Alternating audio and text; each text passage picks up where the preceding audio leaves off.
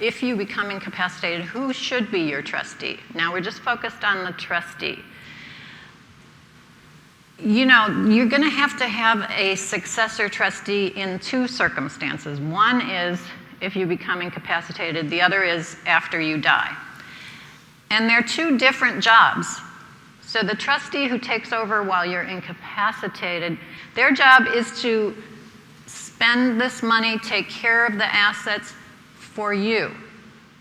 They have to be aware of what you need and what they need to write checks for, and how the assets need to be invested to give you your best life, because you're still alive, you just happen to be incapacitated. After you die, the person who's your trustee, their job is pretty straightforward. They just have to settle out the estate and make sure the money goes where it's supposed to go. You aren't there waiting for them to take care of you after you've died. It's a different job. So it's not unusual to have two different people named as successor trustee. I want this one if I'm incapacitated. After my death, this other one.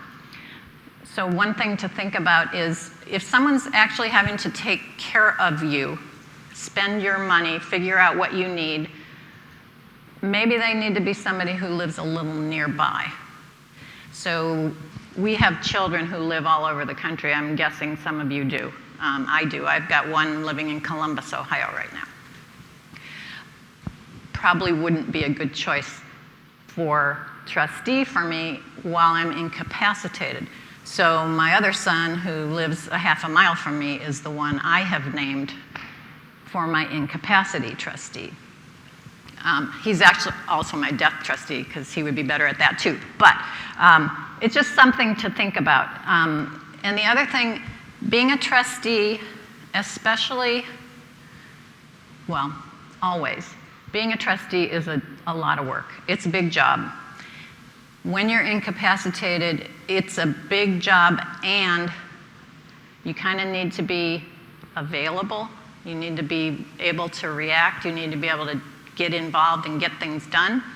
So just think about, you know, am I naming someone who actually has the time to do this, who has the bandwidth? If you're naming a child who, she has her own career, she has 3 kids, they're all going to soccer practice and ice skating lessons, and she's like in the car all the time, maybe that's not a good choice. Maybe she doesn't have the time to do that.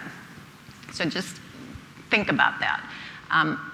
These things that I'm telling you, I'm not telling you anything is right or wrong. I just want you to think about things.